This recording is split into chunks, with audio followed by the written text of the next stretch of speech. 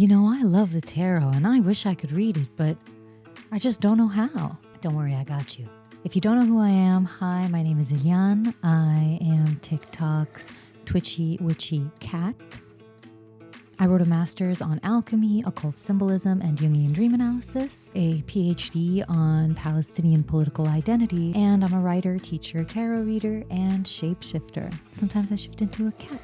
And today, I'm here to help you solve the top 5 issues that people face when reading tarot. Whether you just got your first deck and you're not sure where to start, whether you've had a deck for a little while, but you still find reading the tarot a little bit daunting, or whether you've been reading for a while and you just face some of these issues and want to deepen your practice a little bit, this is for you. So yesterday I posted a little contest giveaway on my Instagram, and I asked people to comment the number 1 issue that they face when reading the tarot. And a lot of people had a lot of the same issues. So what I've done is compiled the top 5 most common issues that people face when reading tarot and how to deal with them. And we're gonna go from least common to most common. And don't worry about taking any notes or writing anything down or trying to memorize everything I'm saying.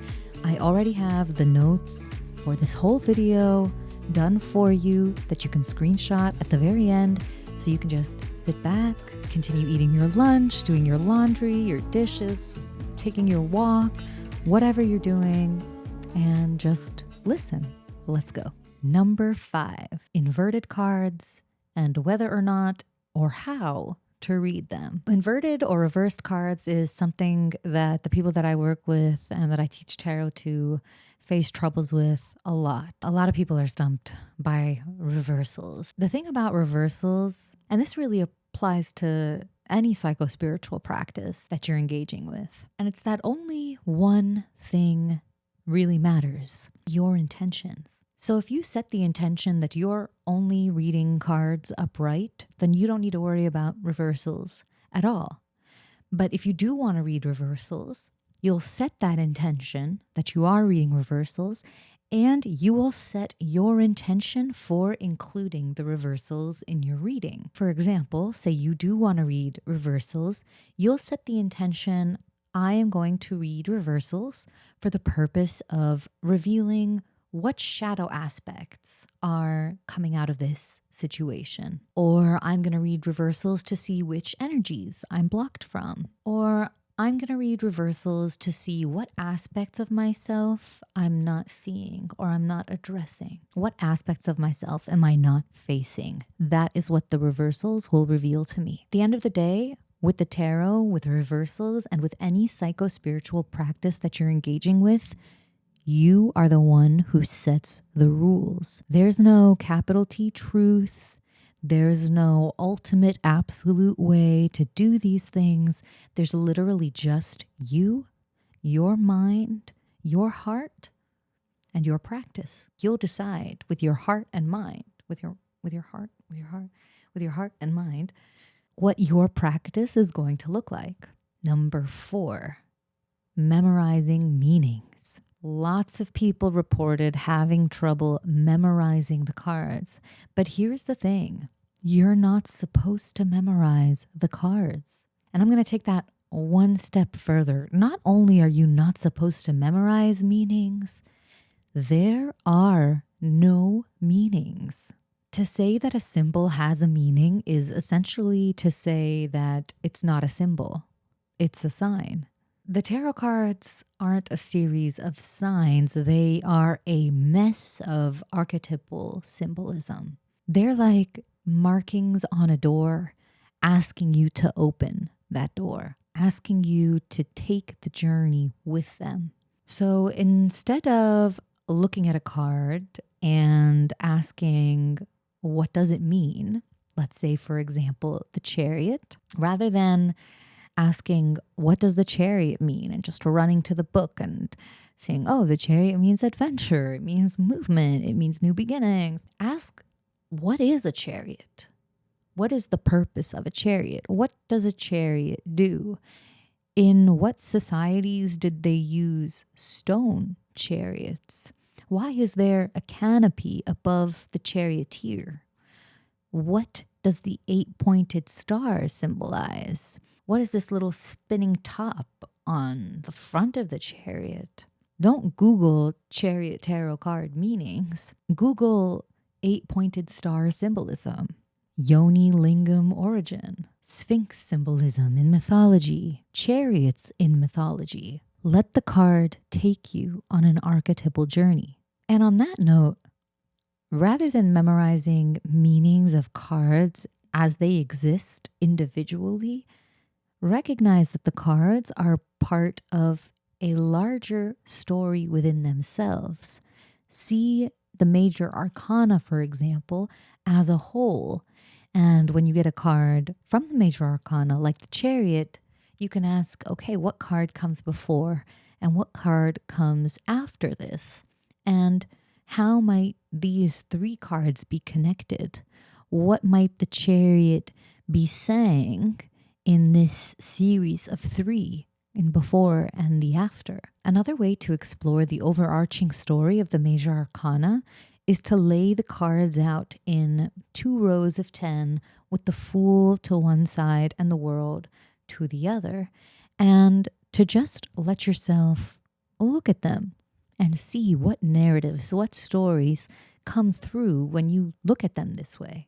Number 3, self-reading. Now, to be honest with you, I'm not a fan of the self-read.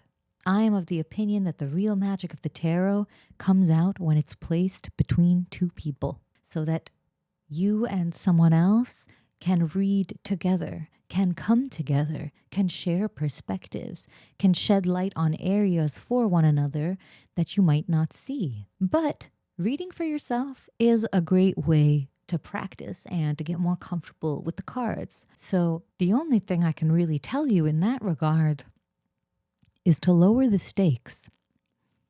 Lower the stakes. And you'll hear me say this a lot outside of just tarot advice, just as part of an alchemical practice. But when we lower the stakes, we're able to detach a little bit more.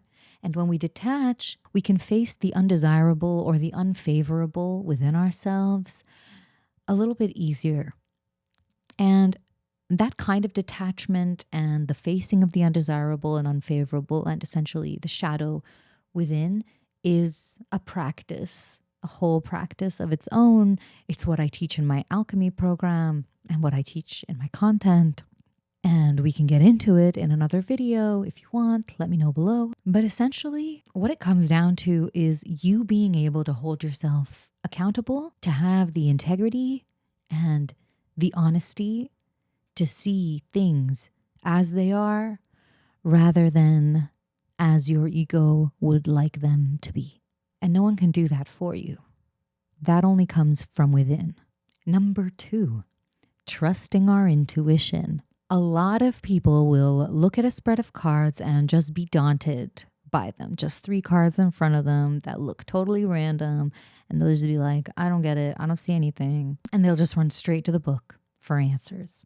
But here's the thing, unless you give your intuition a little bit of room to move around, a little bit of space to breathe, of course you're not going to be able to trust it. And developing and connecting with our intuition when reading the cards is actually what we do mainly in my workshop. So if you want to go into depth on how to read intuitively, how to trust your intuition, how to establish a relationship with your cards, check out the links in my description. My next workshop is on April 28th, 2024. There's an early bird sale happening right now. It ends on the 3rd.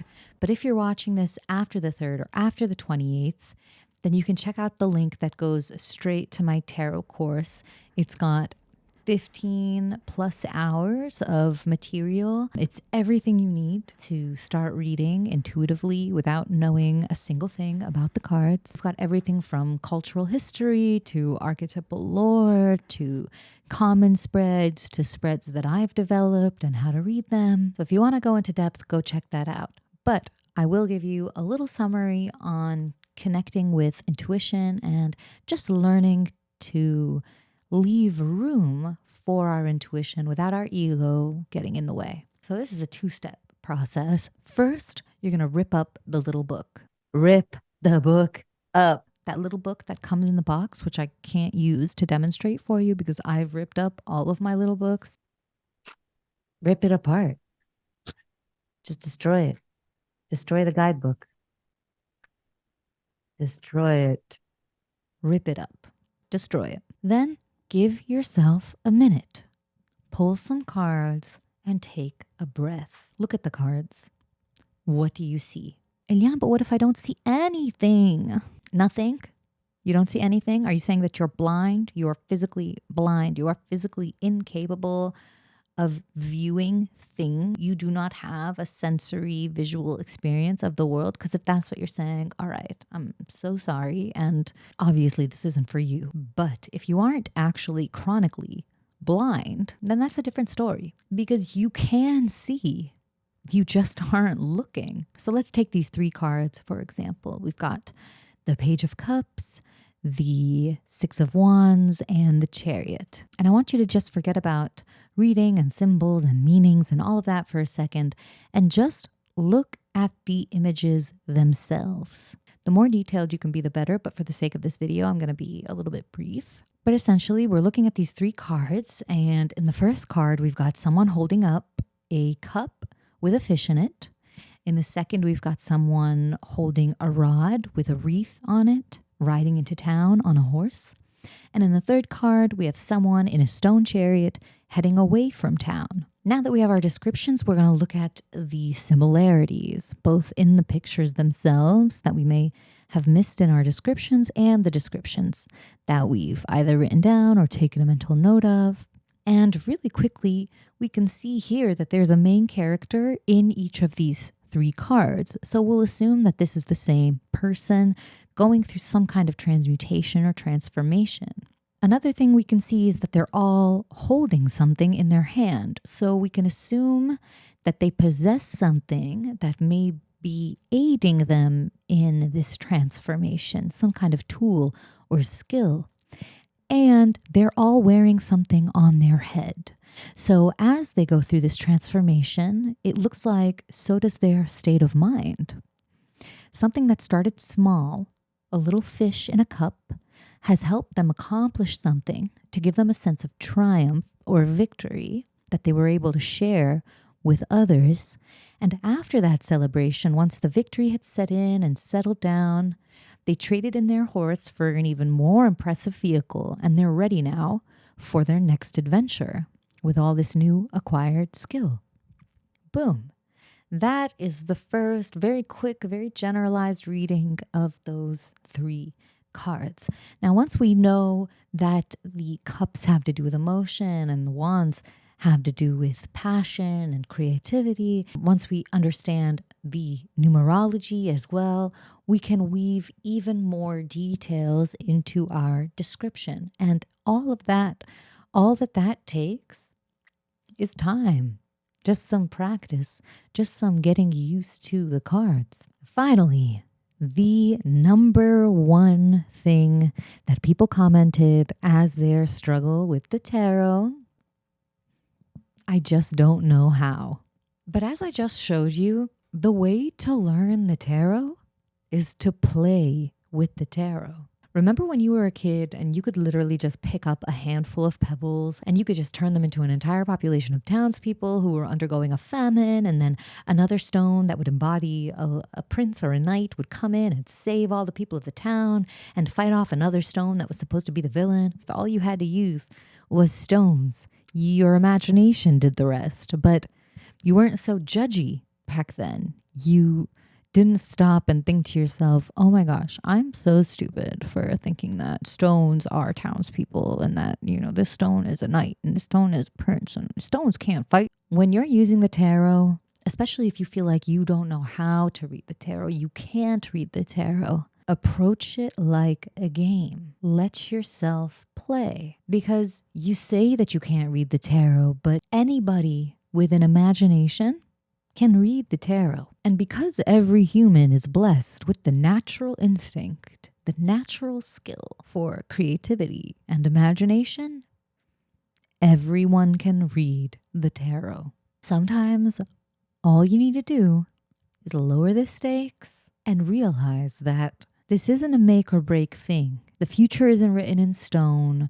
The cards aren't trying to tell you that you're doomed. It's a game. I can't remember which writer said, which writer or speaker or singer or musical philosopher, I don't know. But they said that the mistake that most people make is that they think that life is a fight.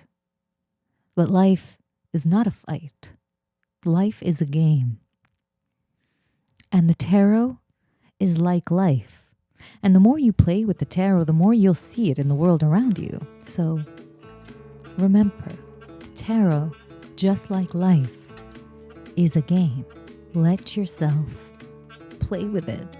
Thank you, beautiful people, and I hope that this was helpful. If you want to go deeper into your tarot, symbolic, archetypal knowledge, make sure to check out my website. Check out the links in the description below. If you're watching this before April 28th, make sure to check out the upcoming workshop. If you're here before April 3rd and you want to learn more, then get your early bird ticket fast. They are obviously selling out really quickly, as always. And let me know what other struggles you face when you're reading tarot, and what other struggles or difficulties you face in your spiritual or alchemical journey in general.